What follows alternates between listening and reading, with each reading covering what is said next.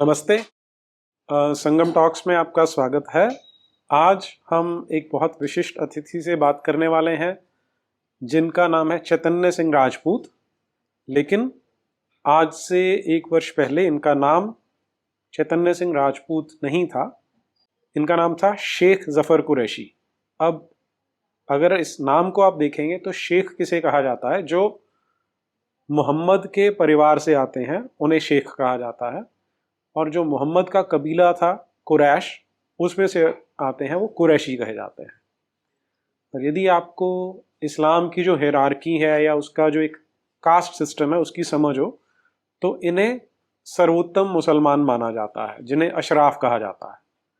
तो आजकल हमारे यहाँ पसमानदा की बात होती है, लेकिन बहुत कम लोग जानते हैं कि अशराफ जो हैं, जो शेख शब्द है वो उनके साथ लगता है, और कुरैशी उस कबीले के कारण लगा लिया जाता है जिसको सुप्रीमेसी या जिसको सबसे ऊपर वरीयता मोहम्मद ने अपने जीवन काल में दी थी।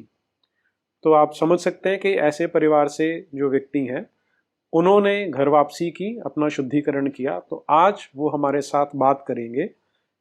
इनका एक जो आज एक स्पेशलिटी आप कह सकते हैं, एक विशेषता है कि ये बाकी मुसलमानों की सहायता करते हैं कि वो इस्लाम में से निकलकर सनातन धर्म को अपना सकें, अपना शुद्धिकरण करवा सकें।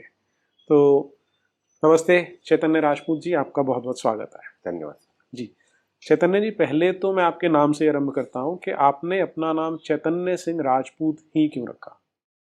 जब भी किसी की घर वापसी होती है तो सबसे पहले उसको अपनी कुछ पीढ़ियां जो पीछे की हैं, अपने दादा परदादा के बारे में पता करना चाहिए कि वो लोग किस गांव में रहते थे, किस शहर में रहते थे, किस इलाके में रहते थे, भारत के किस क्षेत्र में वो रहते थे।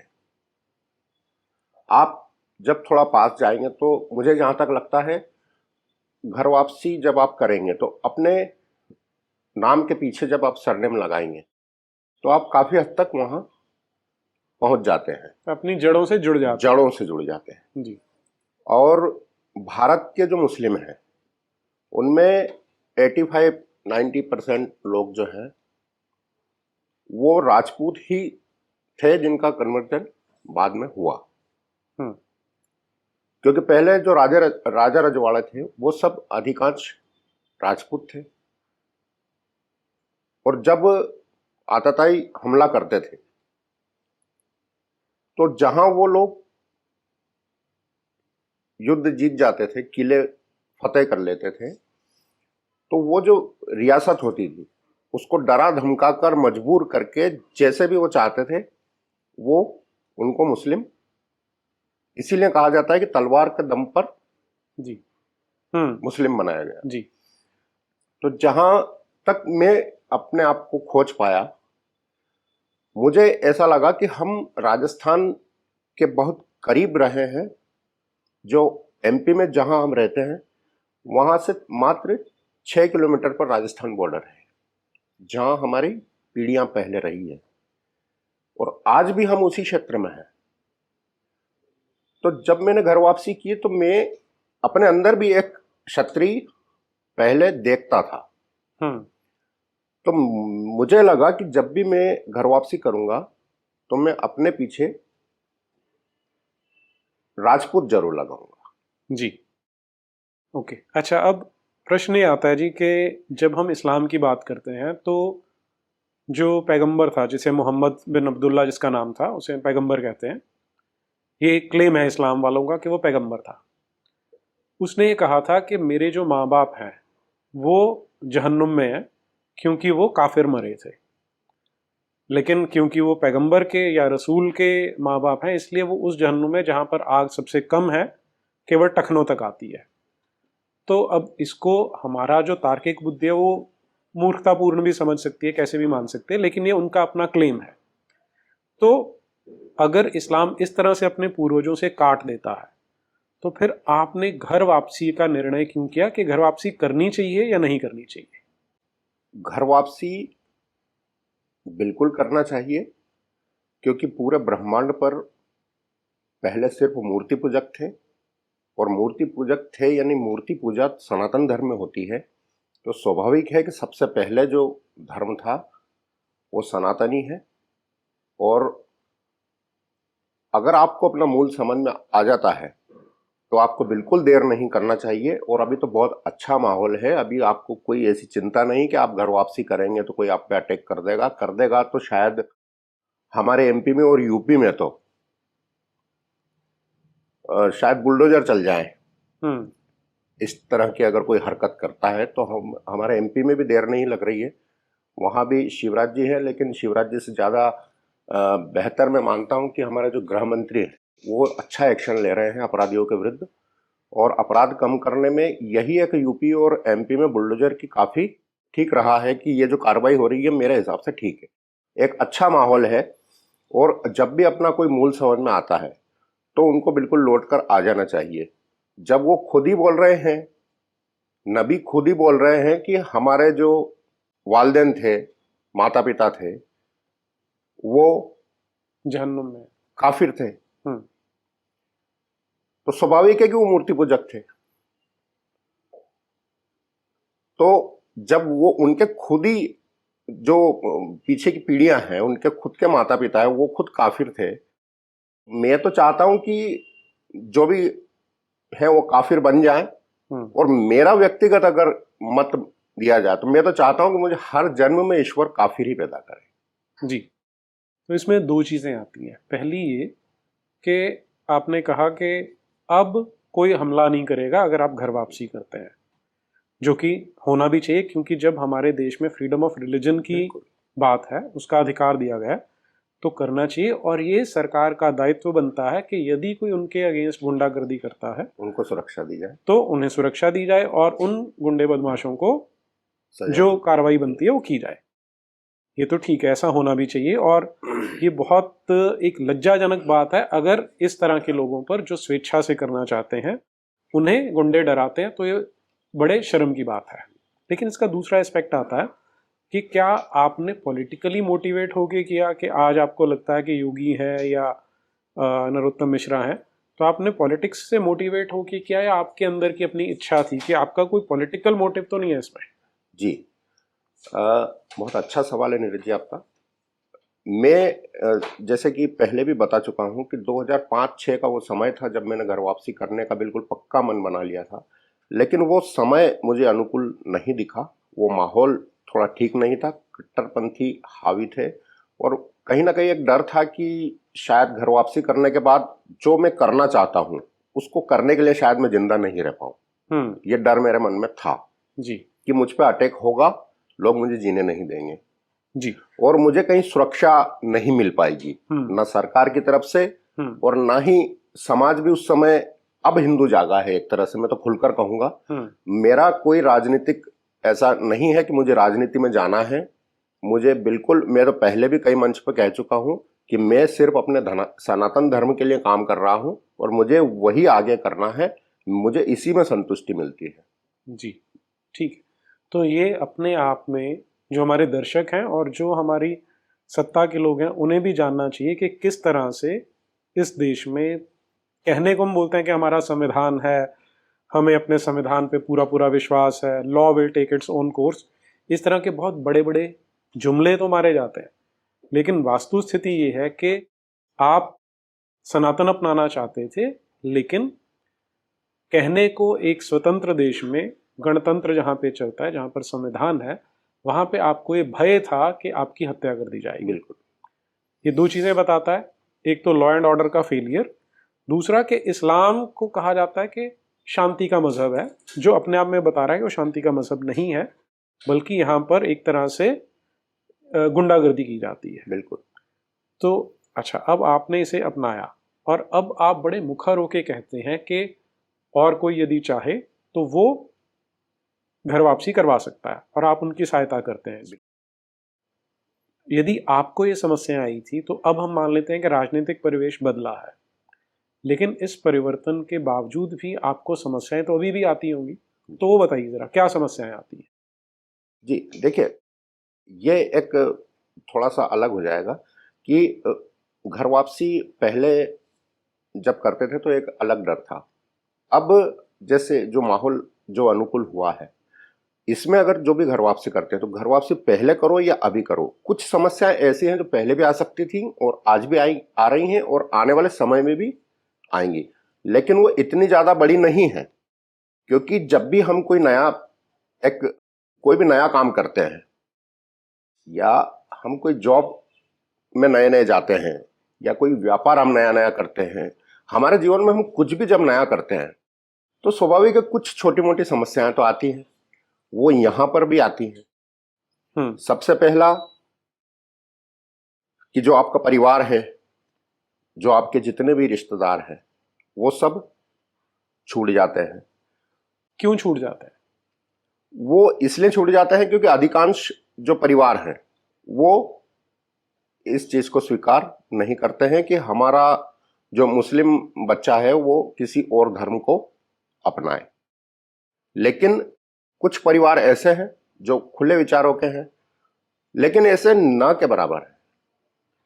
तो लेकिन जो क्लेम किया जाता है, अक्सर टीवी पे बोला जाता है कि इस्लाम में तो कोई जोर जबरदस्ती नहीं होती, लेकिन आप जो बता रहे हैं तो जो जोर जबरदस्ती है वो तो घर से ही शुरू हो जाती है। जी, सबसे ज्यादा जोर जबरदस्ती ही इस्लाम में होती है। जो भी लोग अगर ये बात बोलते हैं कि नहीं होती है तो सिर्फ अपने आप को बचाने के लिए कि नहीं हम अच्छे हैं, इसीलिए वो शांति वगैरह का ये मजहब बताते हैं। लेकिन जो भी है वो तो सारी दुनिया देख रही है सामने। तो एक ये रहता है कि जैसे परिवार वगैरह छूट जाता है, जिस जगह हम रहते हैं वो जगह छूट जाती है। हो सकता है आपको शहर भी छोड़ना पड़े।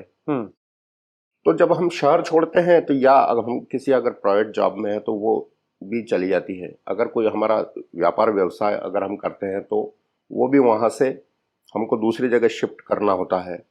तो हम जब कोई दूसरे शहर में जाते हैं तो वहां हम को फिर से एक दो दिन, मतलब जब आप घर वापसी करते हैं तो आप शून्य हो जाते हैं, फिर से आपको एक दो दिन करना होता है। आपका एक नया जीवन होता है। और जब भी हम कोई नया काम करते हैं तो फिर उसमें जो समस्या आती है उनको हमको ऐसा नहीं सोचना चाहिए कि हमारे साथ ऐसा क्यों हुआ, हम जो पहले थे वही ठीक थे, आज हमारे जान को खतरा हो गया, कुछ कट्टरपंथी हमारे दुश्मन हो गए। ये छोटी मोटी जो समस्याएं हैं वो आती हैं। अब जैसे कोई घर वापसी करता है तो एक बड़ा जो समाज है, हिंदू समाज, वो उनमें से कई लोग जो है वो अधिकांश लोग उनको स्वीकार कर लेते हैं।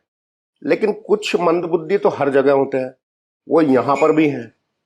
तो जो घर वापसी कर रहे हैं वो उनके बारे में गलत कमेंट्स करते हैं, उनके बारे में गलत सोच रखते हैं, उनको मुस्लिम ही मानते हैं, उनको स्वीकार नहीं करते हैं।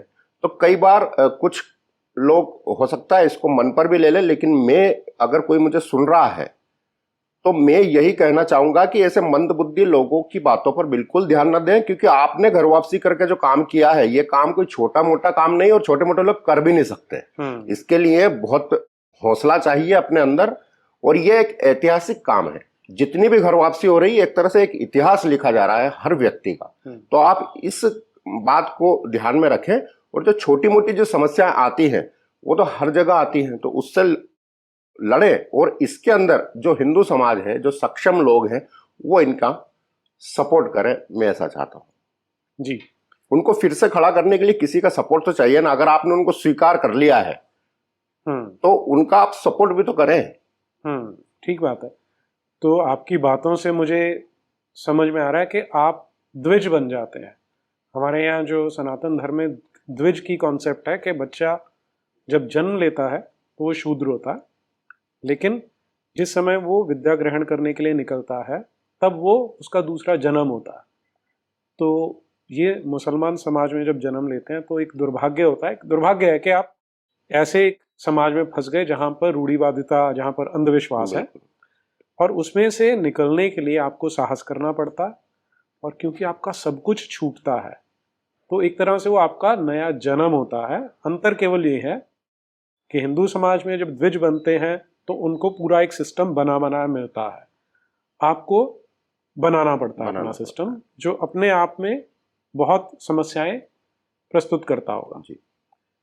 और फिर से ये मुझे लगता है कि हमारे समाज की, हमारे जो आज तक की जो एडमिनिस्ट्रेशन रही है, उनकी एक बहुत बड़ी कमी है कि उन्होंने जो right of freedom of religion है उसको सीरियसली नहीं लिया और इस समस्या पर विचार नहीं किया। अच्छा, जब आपने ये काम किया तो अपने आप ना नाम भी बदला, तो नाम बदलते समय कोई समस्याएं आती हैं या सरल प्रक्रिया है ये? नहीं, इसके लिए मैं सरकार से भी मांग करूंगा और जो भी जिम्मेदार हैं कि इस पर थोड़ा सा ध्यान दिया जाए कि आज लाखों लोग तैयार बैठे हैं, आने वाले समय में एक सुनामी आएगी और लोग घर वापसी करेंगे। जैसे मैंने घर वापसी की है और जो भी लोग घर वापसी कर रहे हैं, जिनकी घर वापसी मैं करवा रहा हूं, तो जब मैंने घर वापसी की, ये सब जो प्रक्रिया थी मुश्किल से 2 घंटे में सब पूरा हो गया। मैं मुसलमान था, मैं हिंदू बन गया। लेकिन समस्या आती है नाम में, क्योंकि जब तक आपके डॉक्यूमेंट्स में नाम चेंज नहीं होगा तब तक आपको एक शंका की नजर से भी देखा जा सकता है, एक संदिग्ध आपको माना जा सकता है। जैसे मैं एमपी से यहां दिल्ली आया हूं, मैं किसी होटल में रुका, उन्होंने पूछा क्या नाम है, मैंने कहा चैतन्य सिंह राजपूत। उन्होंने कहा अपनी आईडी दीजिए, मैंने अपनी आईडी दी, उस पर लिखा शेख जफर कुरैशी, मेरे सर पे चंदन की टीकी लगी है, मेरे हाथ में रुद्राक्ष है। वो देखेंगे यार व्यक्ति संदिग्ध है, हो सकता है होटल वाला ही पुलिस को बुलवा ले कि आतंकवादी आ गया, आतंकवादी आया है, फिदायीन आ गया कहीं मारने के। ठीक बात है ना जी। तो ये प्रक्रिया सरल होना चाहिए। सरल इसलिए नहीं है क्योंकि मेरा नाम डॉक्यूमेंट में आज भी चेंज नहीं हो पाया है। अभी लास्ट वीक मुझे जो हमारे वहां के जो डीएम हैं, उन्होंने मुझे अभी लिख कर दिया है और मेरे जो लायर हैं मैंने उनको दिया है, उन्होंने गजट ऑफिस पहुंचाया है। अब वहां से वो आएगा, उसके बाद फिर मेरे Aadhaar card, PAN card, voter ID card, वो जहां भी बैंक अकाउंट है, ड्राइविंग लाइसेंस है, शस्त्र लाइसेंस, जहां भी मुझे चेंज करना है, वो गजट की जब तक मुझे कॉपी नहीं मिलेगी तब तक मैं चेंज नहीं कर पाऊंगा। मैंने 27 मई 2022 को घर वापसी की। आज कितने महीने हो गए हैं? मई से 10 महीने होने वाले। मुझे 10 महीने में कलेक्टर लिख कर दे रहे हैं, जबकि उनको लिखना कुछ नहीं होता है, उनको करना कुछ नहीं होता है, उनका कोई अधिकार भी नहीं है इसमें। लेकिन एक कानून बना दिया गया है एमपी में, तो हमको धारा 10 के तहत वहां एक आवेदन करना होता है डीएम के वहां कि मैं अपनी स्वेच्छा से, मेरी आस्था सनातन में है और मैं अपना धर्म परिवर्तन करना चाहता हूं। उनको उधर से 60 दिवस का समय दिया जाता है। 60 दिवस के बाद में उनको सिर्फ इतना लिखना होता है कि 60 दिवस की समयावधि में किसी भी प्रकार की आपत्ति इस आवेदन पर नहीं आई। बस वही हमको ले जाकर गजट ऑफिस में दिखाना होता है। उसके बाद वो नाम बताना होता है कि हमने हमारा नाम ये रखा है, फिर वो नाम हमको वो परिवर्तित वहां से करके दे देते हैं, फिर कॉपी ले जाकर शब्द दिखाओ और चेंज हो जाता है। तो इसमें जो सरकार में बैठे लोग हैं वो थोड़ा अपने अधिकारियों को बोले कि जब भी कानून चूंकि बन चुका है तो फिर अब उन अधिकारियों को क्या समस्या है।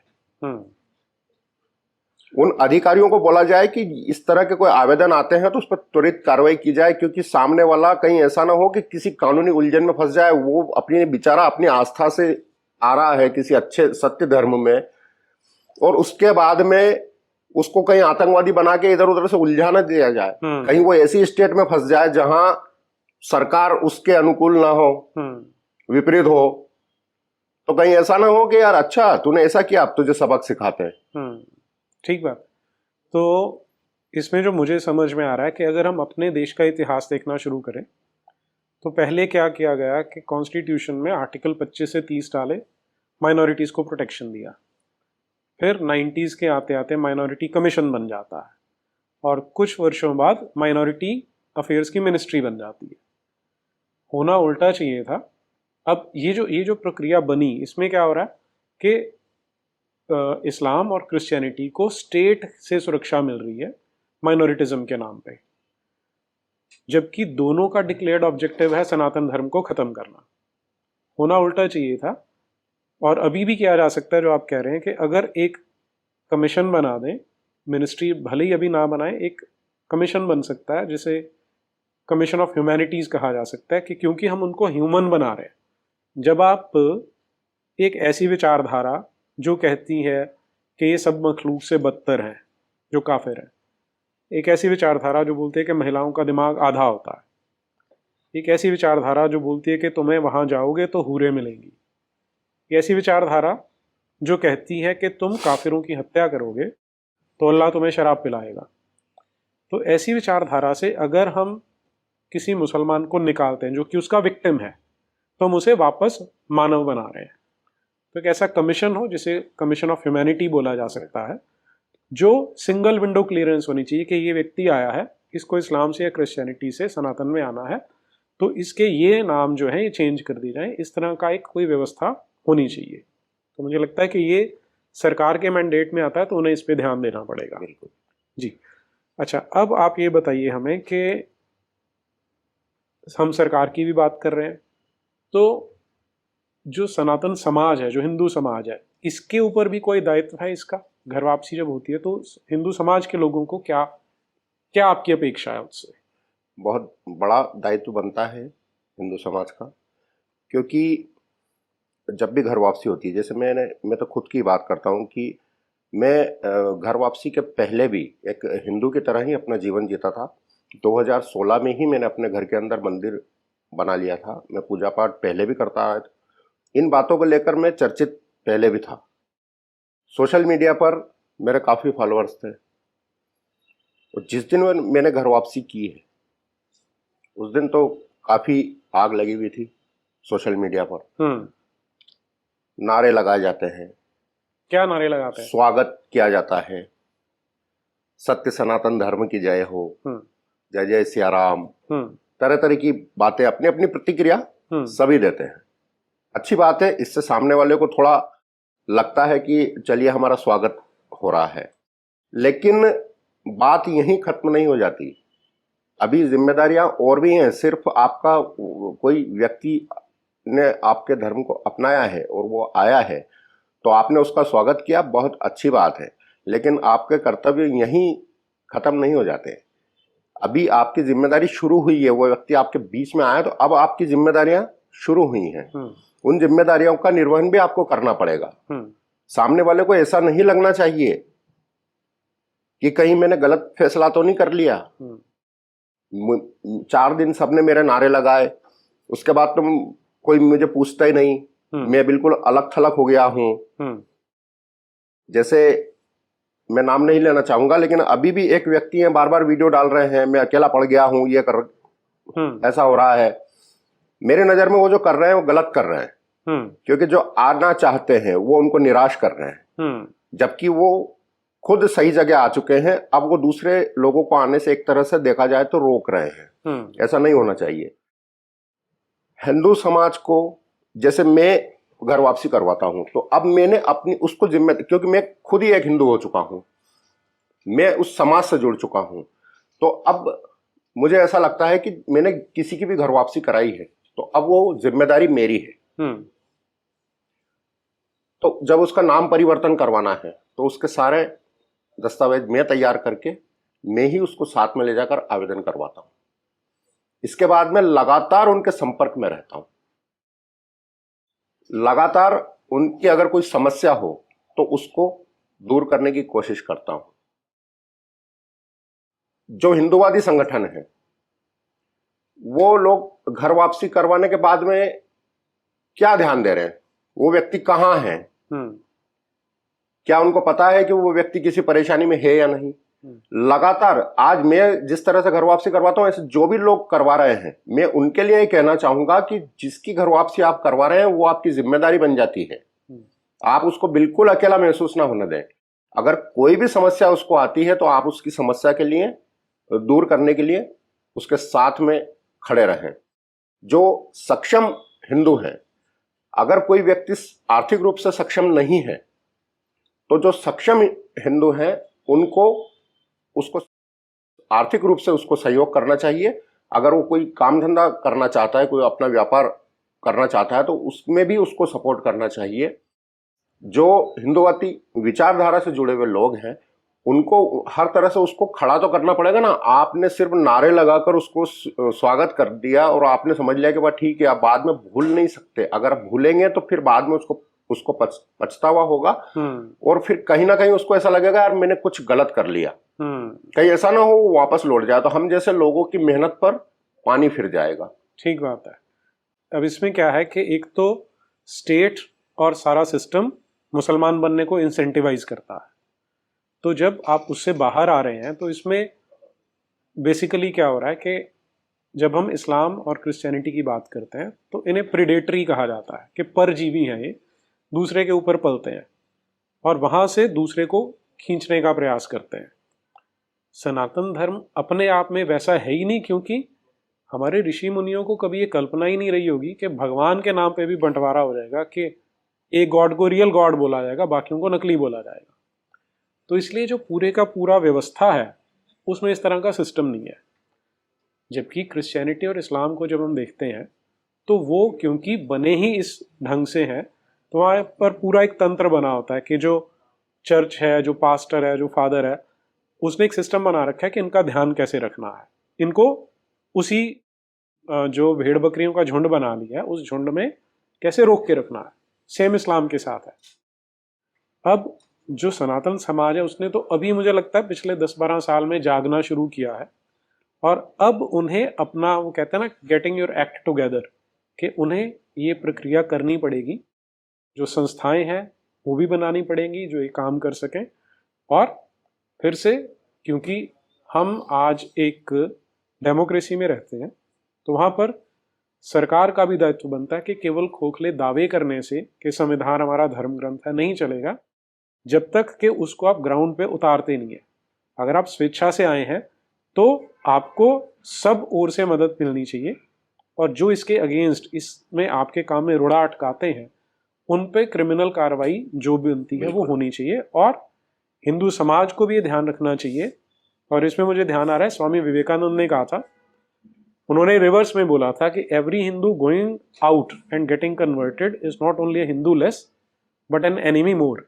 तो आप उसको उल्टा कर रहे हैं कि जब एक व्यक्ति इस्लाम से या क्रिश्चियनिटी से वापस हिंदू बन रहा है तो एक दुश्मन कम नहीं हो रहा, हमारा एक दोस्त, एक भाई और बढ़ जाता है। तो इसलिए ये हिंदू समाज का बहुत बड़ा दायित्व है कि जो घर वापसी कर रहे हैं, जो शुद्धिकरण करवा रहे हैं, उनको खुले हाथों से स्वीकार करें और इसमें पुरुष हो या महिला हो दोनों को स्वीकार करें। हाँ, एक आप जब बताते हैं कि घर वापसी का जो मुहिम है, इसमें महिलाएं ज्यादा स्वेच्छा से आना चाहती हैं, क्योंकि पुरुषों को वहां पर ज्यादा इंसेंटिव मिलता है। लड़कियों को दबा के रख सकते हैं, पत्नियों को दबा के रख सकते हैं, तो एक स्वाभाविक भी है कि लड़कियां इधर आना चाहेंगी। तो जब एक बच्ची सनातन धर्म में आती है तो हमें ये याद रखना पड़ेगा कि हमने एक पुण्य का काम किया है, और इससे बड़ा पुण्य नहीं हो सकता कि आप एक बच्ची को उस विचारधारा से निकाल के लाएं जहां पर हलाला जैसी, 3 तलाक जैसी कुप्रथाएं हैं। तो ये आपका भी अनुभव आया जैसा आपने कहा था, तो वो अगर दर्शकों को बताएं, लड़कियां स्वेच्छा से आ रही। अभी तक जो जितनी भी लड़कियों की मैंने घर वापसी करवाई है जी, एक लड़की तो उसमें ऐसी थी जो मुझे बोल रही थी, बोले भाई साहब मैं आपका जीवन भर एहसान मानूंगी, मुझे इस नर्क से बाहर निकाल दो। नर्क कहा था कि जहन्नुम कहा था? नर्क ही बोली थी। वो पढ़ी लिखी लड़की, और उसको घर वापसी करवा के उसका विवाह भी हम करवा चुके हैं, और इस तरह की कई लड़कियां हैं। लेकिन जहां एक थोड़ा बहुत जो डर बचा है कि हम ये सब कैसे छोड़ें, और कहीं ना कहीं बचपन से जो एक डर पैदा किया गया है इस्लाम के नाम पर, अल्लाह के नाम पर, और वो जहन्नुम की आग वगैरह, वहां आपको क्या खाने पीने को मिलेगा, वो जो चीजें वहां गंदी जो बता रखी हैं, इसका जो एक डर है मन में, इन सब रूढ़िवादी और बनावटी बातों से बाहर निकल कर उस डर को बाहर निकलना पड़ेगा। तो आप बहुत अच्छे से और बहुत आसानी से वापस अपने मूल में लौटकर आ सकते हैं। लड़कियों को अब ये समझ में आने लगा है, क्योंकि वो अपनी जो पिछली पीढ़ियां हैं उन सबको, अपने जो घर की महिलाएं हैं उनको भी वो देखती आ रही हैं कि उनके साथ कैसा व्यवहार होता है घर परिवार में। फिर कई तरह की पाबंदियां हैं लड़कियों पर, जो आज हिंदू लड़की जिस तरह से अपना जीवन जी सकती है, बहुत कम परिवार ऐसे हैं मुस्लिमों में जिनकी बच्चियां इस तरह का जीवन जीती होंगी। उनको ये आज़ादी नहीं है, कहीं ना कहीं हर तरह से कोई ना कोई पाबंदी उनके ऊपर होती है, आज़ादी नहीं होती। इस आज़ादी से छुटकारा पाने के लिए अब लड़कियां आ रही हैं, ज़्यादा से ज़्यादा लड़कियां अब सनातन को अपनाकर अपना जीवन भी उसी तरह से एक आज़ादी से अपना जीवन जीना चाहती हैं। जी। जो चैतन्य जी बात कर रहे हैं कि जहन्नुम के बारे में बताया जाता है, तो उसमें ये बताया जाता है कि जो ये गॉड है अल्लाह नाम का, वो क्या करेगा जब जहन्नुम में लेके जाएंगे कि उनको खौलता हुआ पानी पिलाया जाएगा। तो अल्लाह ने ही इन बच्चियों को बनाया है, इन काफिरों को बनाया है, लेकिन वही अल्लाह ने एक शैतान भी बनाया जो जहन्नुम में इनको खौलता हुआ पानी पिलाएगा, जिससे उनके अंदर का जो सारी की सारी आंतड़ियाँ जो हैं वो सब जल जाएगा और उनको आग में डाल दिया जाएगा ताकि उनकी चमड़ी जल जाए। जब जल जाएगी फिर उनको बाहर निकाल के दोबारा चमड़ी दी जाएगी, वो फिर जलेगी। तो ये प्रक्रिया लगातार चलती रहेगी, इस तरह का कष्ट देने वाला है। और आग से खौलते हुए पत्थर उनके मुंह में डाले जाएंगे, वो सिस्टम से होते हुए निकलेंगे, जब निकलेंगे तब भी खौलते हुए होंगे। तो इस तरह की जो यातना है वो ये अल्लाह नाम का गॉड देने वाला है। तो शायद इससे डरते हुए वो बेचारी इस तरह का कष्ट झेलती रहते हैं कि कहीं अल्लाह जो है वो नाराज ना हो जाए। गॉड है या जल्लाद है पता नहीं। जी। अच्छा, नाम की बात हुई, एक फिर प्रश्न उठता है कि जब घर वापसी करते हैं, जब शुद्धिकरण करवाते हैं, तो उनका सरनेम क्या होगा? तो इसके बारे में क्या क्या उपाय हो सकते हैं? जी, जब भी घर वापसी होती है तो मैं अक्सर, मुझे ये बात पढ़ने में आती है कि इसने ये सरनेम क्यों लगा लिया, ये शर्मा कैसे बन गया। तो ये बात जो शर्मा है उनको खलती है। जैसे मैंने राजपूत लगाया था तो कई लोगों ने सोशल मीडिया पर पोस्ट की, बोले इसको क्या राजपूत समाज अपना लेगा, क्या सिर्फ शुद्धिकरण से ये राजपूत हो गया, इसका राजपूतों से क्या संबंध है। मेरे बारे में भी तरह तरह की बातें उठी थी। लेकिन जब उन्होंने देखा कि हमारे मंदसौर के जो एमएलए हैं, मेरे पड़ोसी हैं, वो खुद राजपूत हैं, यशपाल सिंह सिसोदिया जी, वो खुद मेरी घर वापसी के समय पूरे समय मेरे पीछे बैठे रहे, मेरे जितने भी संस्कार हुए हर संस्कार में मेरे साथ रहे। जो एक मेरी जो पहचान है सोशल मीडिया के माध्यम से, तो जो समझदार हिंदू जो राजपूत है उनका मुझे पूरा सपोर्ट है। मैं अभी पिछले दिनों लखनऊ गया था, वहां जब मेरा स्वागत हुआ, राजपूत समाज ने वहां मेरा स्वागत किया। मैं वहां से सीतापुर गया, वहां मेरा राजपूत समाज ने स्वागत किया। मैं नैमिषारण्य गया, वहां मेरा राजपूत लोगों ने स्वागत किया। तो मैंने कहा ना, मंदबुद्धि लोग हर जगह होते हैं। वो जब भी आप कोई सरनेम लगाएंगे, जैसे मेरे राजपूत लगाने पे आपत्ति हुई, ऐसा दूसरे के लगाने पर भी आपत्ति होगी। अब इसमें अपन ये सोचे कि क्यों ना ऐसा किया जाए कि एक ऐसी व्यवस्था बना दी जाए कि एक नया सरनेम, कि जो भी घर वापसी करेगा वो ये वाला सरनेम लगाएगा। बात ठीक लगती है ये, लेकिन फिर इसमें एक समस्या खड़ी ये हो जाती है कि मान लीजिए वैष्णव एक सरनेम हमने उनको दे दिया, किसी ने भी घर वापसी की, उसका सरनेम अब वैष्णव हो गया, तो वो व्यक्ति अलग ही पहचान में आएगा। सबको ये पता रहेगा कि इसने घर वापसी की, ये पहले मुस्लिम था। मतलब ये ठप्पा हट नहीं पाएगा। शुद्धिकरण के बाद, पूरी तरह से सनातन को अपनाने के बाद, उस व्यक्ति पर यह ठप्पा लगा रहेगा कि ये पहले मुस्लिम था, जबकि इस घर वापसी के बाद इस बात से आजादी उसको मिल जाना चाहिए। ये मतलब ये बात उसका, वो मुस्लिम उसका पीछा ना करे घर वापसी के बाद। और इसके लिए समाज को थोड़ी सी हिंदू समाज है उसको भी थोड़ा अपना मन बड़ा करना होगा कि भाई कोई भी व्यक्ति, मेरा तो यहां यही कहना है कि जब हम स्वतंत्र राष्ट्र में रह रहे हैं, हमारा संविधान हमें इस बात की परमिशन दे रहा है कि हम चाहे जो हमारा नाम रख सकते हैं, हम चाहे जिस पंथ को, संप्रदाय को, धर्म को अपना सकते हैं। तो जब अपना लिया है, कानून को कोई समस्या नहीं, तो फिर आप सिर्फ इसलिए कि किसी भी वर्ण वाले को समस्या क्यों हो, किसी भी वर्ण वाले को समस्या नहीं होना चाहिए, उनका बड़ा मन रखना चाहिए। और जो भी लोग आ रहे हैं, अपने सनातन को अपना रहे हैं, तो हर वर्ण को उनका स्वागत करना चाहिए, उनको अपने ही वर्ण का मान लेना चाहिए। वो किसी भी, आप उसको अलग मत सोचिए ये तो मुस्लिम था, शुद्धिकरण हो गया, तो ये तो अब हिंदू बन गया, हमारा सरनेम क्यों लगा रहा है। आप ये संकीर्ण मानसिकता, इसको, इस सोच को थोड़ा बदलना होगा। समाज को, हिंदू समाज के लोगों को भी थोड़ी अपनी सोच विस्तृत करना होगी इस मामले में, और उन लोगों को खुले मन से अपनाना होगा।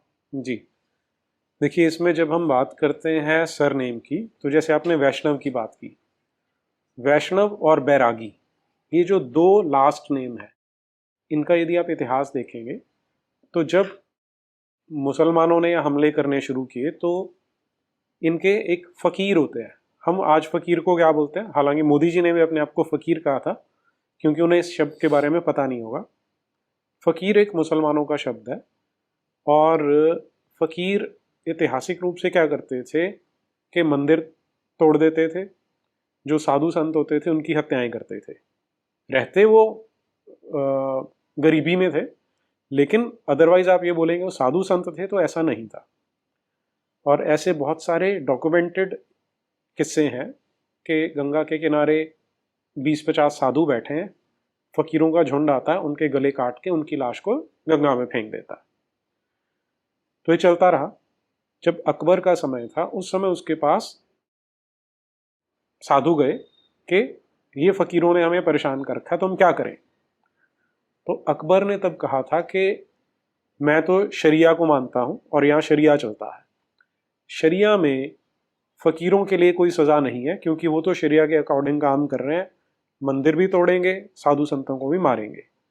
तो तुम अगर इनसे बचना चाहते हो तो तुम्हें अपने लोग लड़ने के लिए तैयार करने पड़ेंगे। तब क्या किया गया था कि जो वैष्णव परंपरा को मानने वाले थे, उन्होंने आह्वान किया कि हमें लोग चाहिए देवालय की, मंदिरों की सुरक्षा के लिए। तो उस समय जो देवालय और दुर्ग बनते थे, उनके आसपास इन लोगों को रहने की व्यवस्था की जाती थी, और ये ब्रह्मचारी रहते थे और सुरक्षा में लगे रहते थे, और इनका उद्देश्य लड़ने का ही होता था। प्लस दूसरा क्या होता था कि ये अपना अंतिम संस्कार करने के बाद ये काम करते थे। इसी प्रकार से जो शैव थे, शैव मत के लोग थे, वो भी यही करते थे। उनको बैरागी बोला जाता था, इन्हें वैष्णव बोला जाता था। और ये जो वैष्णव और बैरागी सेकंड नेम दिए हैं, ये भी इसलिए दिए गए कि अब वो तो छोड़ के आ गए, उन्हें नहीं पता वो किस कुल से थे, किस, जैसे दूसरी पीढ़ी आ गई, तीसरी पीढ़ी आ गई, क्योंकि इनिशियली ब्रह्मचारी थे, लेकिन बाद में लगा के विवाह करना है क्योंकि आसपास की सुरक्षा करनी है। अब इनको क्या नाम दिया जाए, क्योंकि वहां भी विवाह करना है, वही प्रश्न उठता था। पीछे का वो सब छोड़ आए थे, तो तब ये निर्णय हुआ कि जो वैष्णव है उनके नाम के साथ वैष्णव लगेगा, जो शैव है उनके नाम के आगे बैरागी लगा करेगा। तो यदि आप ऐतिहासिक रूप से देखें तो ये दो सरनेम जो है, ये उन्हें दिए गए जिनको अपने गोत्र का ज्ञान नहीं था। तो ये एक माध्यम है। दूसरा जो आर्य समाज ने दिया कि वो आर्य लगाते हैं, ये 3 हो जाते हैं। चौथा है गोत्रदान का। गोत्रदान का जो अधिकार है वो हिंदू महासभा को है। तो ये 3-4 तो ये हमारे पास अभी जो विकल्प हैं वो है, लेकिन मेरा विश्वास है कि सनातन समाज सदा ही परिवर्तनशील रहता है। बिल्कुल। और जब कोई नई चुनौती आती है, नया चैलेंज आता है, तो उसे एक्सेप्ट करता है। आज हमारे समाज के लिए चैलेंज है कि हम किस तरह से ये जो घर वापसी होनी है, और चैतन्य जी ने एक बहुत सुंदर शब्द का उपयोग किया कि एक सुनामी आने वाली है जो वापस आएंगे, तो उन्हें जब हमने अपने साथ मिलाना है, ये जो बिछड़े भाई हैं उन्हें हमने अपने साथ मिलाना है तो उसके लिए हमें एक तंत्र, एक व्यवस्था बनानी पड़ेगी। अब ये तो सरनेम की बात है। उससे अगला प्रश्न जो उठता है वो ये होता है कि जो इस्लाम को त्याग के या क्रिश्चियनिटी को त्याग के भी वापस आ जाएंगे, उनके जो बच्चे हैं उनके साथ जब विवाह किया जाना है, क्योंकि विवाह के समय फिर आता है कि लड़के और लड़की का जो गोत्र है सगोत्र नहीं होना चाहिए, अलग अलग गोत्र से होने चाहिए। तो वहां पे क्या होगा, तो उनके बच्चों से विवाह कौन करेगा, ये भी एक समस्या है। तो हम समझ, चैतन्य जी ये जो समस्या है इसके बारे में क्या कहते हैं? ये एक आने वाले समय में बड़ी समस्या है और इस पर अभी से काम शुरू हो जाना चाहिए, क्योंकि एक बड़ी संख्या में लोग आएंगे, इसमें कोई दो राय नहीं है। और अधिकांश जो घर वापसी मैंने करवाई है उसमें ऐसा हुआ है कि मैंने विवाह भी करवा दिए हैं। अगर कोई लड़की आई है तो मैंने उनकी शादी भी करवा दी है। अब आज शादी हुई है तो आने वाले समय में उनको, जब उनके बच्चे शादी के लायक होंगे, 20-25 साल बाद ये समस्या जब उनके सामने खड़ी होगी, तो वो जो समय आएगा, तो आपने जैसे अभी कहा कि सनातन हमेशा परिवर्तनशील रहा है, कुछ न कुछ उसमें चेंज आता रहा है, स्वीकार किया है और उसमें बदलाव लाए हैं। हर समस्या का कहीं ना कहीं एक समाधान निकल कर आया है। तो आज जो हमारी सोच है, आने वाली जो पीढ़ियां हैं हमारी, 20-25 साल बाद ये काफी विस्तृत हो चुकी होगी। एक घर वापसी वालों के लिए भी मुझे जहां तक लग रहा है, आज जितना काम जमीनी स्तर से लेकर ऊपर तक जो हो रहा है, तो एक माहौल ऐसा तैयार कर दिया जाएगा कि इस समस्या का समाधान उस समय तक आसानी से हो जाएगा। मैंने अभी जैसा कहा कि जो भी घर वापसी करके आ रहे हैं, हर वर्ण के व्यक्ति को यह सोचना चाहिए कि ये मेरे ही वर्ण का मेरा भाई, मेरी बहन वापस आ गए हैं। उनको यह नहीं सोचना चाहिए कि ये पहले, उसका शुद्धिकरण हो गया ना, मतलब अब वो हिंदू हो चुका है। और यह वर्ण व्यवस्था जो है, यही हिंदुओं को आपस में दूर कर रही है। आज एक दूसरे को राजपूत ब्राह्मण से ऊपर, ब्राह्मण राजपूत से ऊपर, वैश्य सबसे हम तो बुद्धिमान, वो शूद्र अलग ही चल रहे हैं कि नहीं ये सब बेकार, हम तो जो भी थे हम ही थे, हम ही होना चाहिए। यही तो खिंचतान चल रही है, इसी से तो हम कमजोर हो रहे हैं। तो अब जो नए लोग आ रहे हैं उनके सामने कम से कम ये माहौल ना हो तो ज्यादा अच्छा रहेगा। जी, उनको ऐसा लगना चाहिए कि नहीं हम सही जगह आए हैं, यहाँ कोई टांग खींचने वाला नहीं है। क्योंकि वहां अलग अलग फिरके और ये वो, वहां भी बहुत सारे टुकड़ों में बटे हुए हैं, लेकिन दिखाते ही हैं कि हम एक हैं। ये एकता कम से कम हम दिखा तो सकते हैं। और हम तो दिखावा करने के आदी है भी नहीं। अगर सनातन दिखावा करना शुरू करता तो पता नहीं शायद पूरा ब्रह्मांड पर वापस से हम हो जाते। ये दिखावा नहीं करते, जो होते हैं वो भी नहीं दिखाते। जी, जी। चैतन्य जी जो बात कह रहे हैं उसको हमें बड़े ध्यान से इस पे अमल करने की आवश्यकता पड़ेगी, क्योंकि हम किस वर्ण में सम्मिलित करेंगे, हालांकि यहाँ वर्ण से अधिक होगा कि सरनेम कौन सा देंगे। वर्ण व्यवस्था जो है वो एक डिवीजन ऑफ लेबर जैसा काम था जो उस समय बनाई गई थी, और हर समाज में सदा ही जो डिवीजन ऑफ लेबर है वो तो होता ही है। ये जो होमोजेनाइजेशन की बात आती है कि सब एक रूपता आ जाए, वो ना किसी समाज में संभव है, ना होती है और ना वांछनीय है। लेकिन कभी भी जो समस्या खड़ी होती है वो तब होती है जब एक अपने को दूसरे से श्रेष्ठ मानने लगता है कि क्योंकि मैं इस वर्ण का हूं, मैं इस जाति का हूं, तो मैं श्रेष्ठ हूं। जिसे जातिवाद कहा जाना चाहिए वो हमें त्यागना पड़ेगा। जाति का अपना उद्देश्य है, क्योंकि ये जो मिशनरीज ने हमला करना शुरू किया था वो यही चाहते थे, एक बार ये जाति सिस्टम अगर टूट जाएगा तो इनको कन्वर्ट करना आसान हो जाएगा। तो जातियों ने हमारी रक्षा की, लेकिन जातिवाद ने हमारे लिए समस्याएं खड़ी की। तो दोनों को अलग से समझ के हमें जातिवाद से बचना है, जो सुपीरियोरिटी कॉम्प्लेक्स है कि मैं उससे बड़ा हूं, इससे बचना है। और छत्रपति शिवाजी महाराज ने जब शुद्धिकरण आरंभ किया था, आर्य समाज ने जब आरंभ किया था, तो वो एक बहुत बड़ी, एक बहुत लंबी सोच थी, एक दूर की सोच थी कि ये जो दीमक की तरह हमारे समाज में घुन लगता जा रहा है, कि विदेशी जो मजहब है, विदेशी जो विचारधाराएं हैं, वो यहाँ हमारे लोगों को काट के हमसे अलग कर रही हैं। आज आवश्यकता है उन्हें वापस लेके आने की सनातन समाज में, ताकि ये जो वैमनस्य है इसको समाप्त किया जा सके। और यही काम आज की डेट में चैतन्य सिंह राजपूत जैसे लोग कर रहे हैं। हमारा दायित्व बनता है कि बढ़ चढ़कर इनका सहयोग करें, इनका स्वागत करें, और ना केवल एक बार स्वागत करें बल्कि ध्यान रखें कि आगे आने वाले जीवन में उन्हें इस कारण से कोई कष्ट ना हो। इसी के साथ चैतन्य जी, हमारे साथ जुड़ने का और अपनी बातें साझी करने के लिए बहुत बहुत आभार, बहुत बहुत धन्यवाद।